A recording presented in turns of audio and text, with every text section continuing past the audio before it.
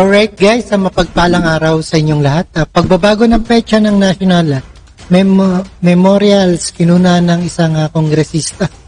Kinuna ni Albay President Edsel Lagman ang pagbabago sa petsa ng National Memorials, partikular kay Ninoy Aquino ng taong gumugunita tuwing August 21, at lahat yata ng Heroes Day ay iisay na ang holiday. At mapanoorin po natin dito sa ating UNTV, and don't forget to subscribe. Road trip, alright, let's get it on.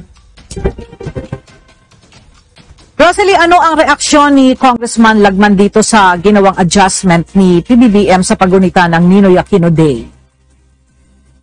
Ella, walang kaduda-dudang paglabag sa batas ang pagbabago sa petsa ng paggunita sa kabayanihan ni dating Senador Benigno Ninoy Aquino Jr. Ito yung paninindigan ni Albay 1st District Representative Edsel Lagman.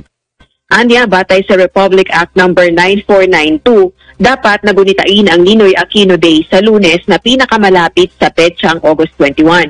Noong August 21, 1983, nangyari ang assassination sa dating Senador Aquino sa nooy kilalang Manila International Airport at Ninoy Aquino International Airport o NAIA na ngayon. Subalit iniusog ni Pangulong Ferdinand Marcos Jr.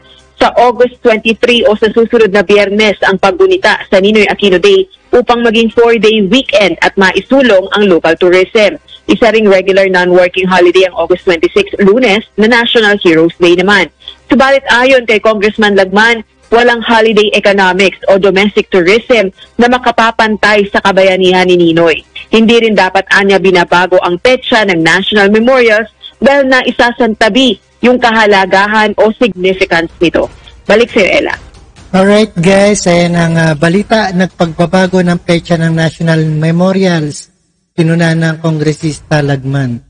At maraming salamat sa panonood at pakikinig dito kay Rob 3. Thanks again sa ating reaction video. And peace out sa inyong lahat.